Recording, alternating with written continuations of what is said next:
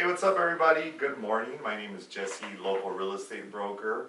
I want to say hello to all our YouTube audience that's out there, people that are watching our videos every time that we upload something. Don't forget to subscribe to our channel. I don't know if you want to plug in your information. For me, real fast, my Instagram is the Jesse Guzman. Follow me on Instagram. For Twitter, the same, the Jesse Guzman.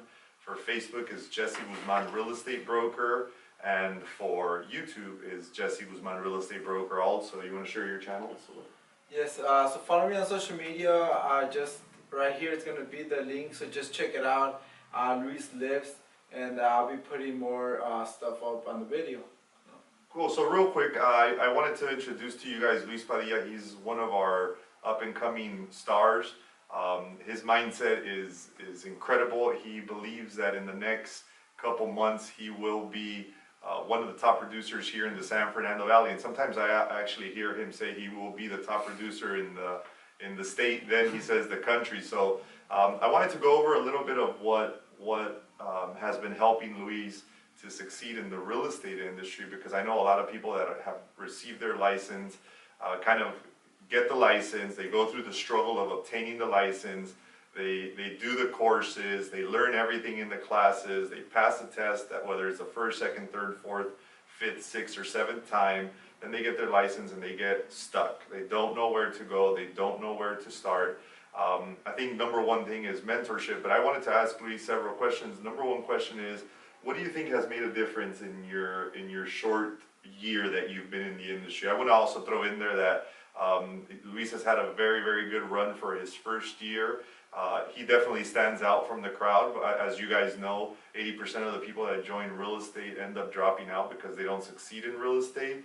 And here at this company, what we like to pride ourselves on is having such a high level of success with agents, whether it be at a small scale or a high scale. But back to the question, Luis, before I continue to go on my rant. What do you think has helped you through your first year in real estate? You know, I feel like the first thing that we should really think is that real estate is not easy. Right. We should all know that from the start. But we have to have faith in ourselves. We have to have that blind faith. And I think it's the hardest thing to do, because sometimes we doubt ourselves. And right. I'm not going to lie to you, there's been many months I doubted myself, but I kept pushing through, and somehow when I needed the check the most, it was there, you know, and so I just kept pushing, and I kept following your lead.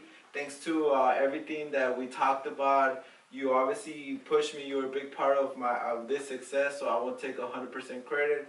You kept pushing me in bettering myself every single day and becoming a better agent. And you know what? I feel like that was one of the biggest things why I kept pushing myself, and since you believed in me, why wouldn't I believe in myself? And another thing is confidence, you guys. I feel like once you start winning little small battles, you start building that confidence, and I feel like that's something very important. But the most important thing also, you guys, is educating yourself. You know, I feel like we are just thinking that we're gonna do real estate and become millionaires. In reality, that's not true. A lot of us don't see what we do behind the scenes, how many late nights we stay up, how much we need to fight for our customers. And it's honestly a battle every single day. But the way I see it, is the best battle I could ever have, and it has been worth it for me.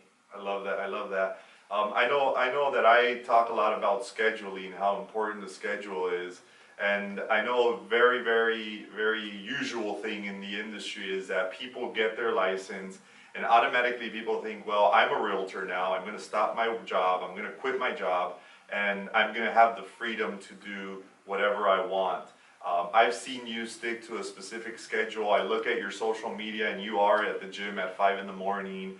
If it's not 5 in the morning, you're doing it throughout the day.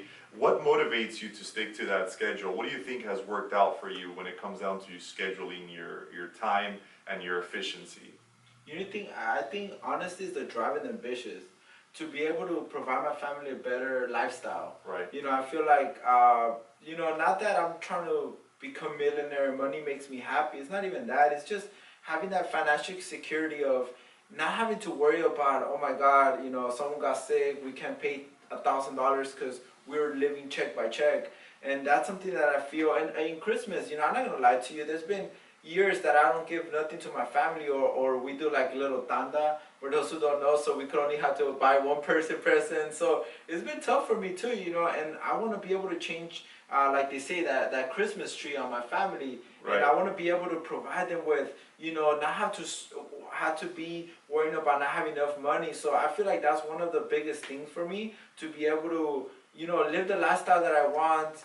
You know, obviously there's so many other things like cars and stuff like that, but that comes secondary, you guys. That comes secondary. And another thing is, I want to be able to change people's life and the world. I want to be remembered way past before I die, you know, of someone that helped many people. And I want to be able to, you know, leave a legacy. I just don't want to live and die, because how many of us just live our lives, die, and after the first, second generation, we forget about them. That's not me. I want to be able to leave a legacy. So I feel like that's another thing that pushes me, that I need to become a better person. I got to do everything I could every second of my day, you know. And the beautiful thing about scheduling is, you know, I'm not going to say I'm perfect and there's been no days that I've never fought. That's a lie. I fought many days. Matter of fact, I fought more often than most people do. But the thing about me is that I know my schedule, so I know when I'm falling down or falling behind. So the thing is just going back on track. And a lot of us that don't have a schedule, you don't know when you're falling behind, and you just pass by and you think you're doing the right thing. So that's what's very important about the schedule. So that has helped me out too. Right, and this last week we've been really pushing on printing that copy of your schedule and involving everybody else around you in your schedule. I'm going to have Luis share with us what his daily schedule looks like in a few minutes. But the one thing I want to share with our audience is that it's very important that everybody around you, everybody that you surround yourself with, from your spouse, if you're just dating, if you have because you know, a lot of us are young and are still not married. I'm married, but for the people that are not married, your girlfriend, friends that are very, very dear to you, people that are close to you, those are the type of people that you need to be sharing your business plan. And you know what? Sometimes you're going to sound crazy. I remember listening to Luis exactly a year ago, and I used to think to myself, wow, if most people would dare to be as crazy as he is, then they would have the opportunity to start speaking life into what they want to become a reality. And the reason I'm sharing this is because I think a lot of us, we lack a lot of that self-confidence to say, hey, you know what, I will be the top producer eventually. I will be the one that's dominating the marketplace in my area. So I want to push that onto everybody that's watching this, that's brand new in the industry. Grab that business plan, grab that schedule that you have, share it with your significant other, post it everywhere, post it in your refrigerator, all around your house, because people need to have an understanding, number one, of what your goal is, and number two, you need to have constant accountability partners. I hear this all the time when people see me fall off track. The first thing that they'll say to me in a very sarcastic way is like, you're off schedule, you're not doing this. And to be honest with you, I totally don't mind that, because you know what? It puts something inside my head that says, you know what? I should be following up. I should be prospecting. I should be lead generating at this point in time. I should be doing admin work. I should be spending time with my children. So what does your daily schedule look like? For the minute that you wake up, and for the minute you wake up till you fall back down to sleep or fall back to sleep. So my schedule, well, my schedule looks like this. So I wake up around 4:45, get ready, go to the gym, try to make it by 5:10. Yes, I live like 2 minutes away from the gym, so that's a big plus. Right. So I try to make it by 5 a.m. I try to do right now, one of my goals is to do the triathlon.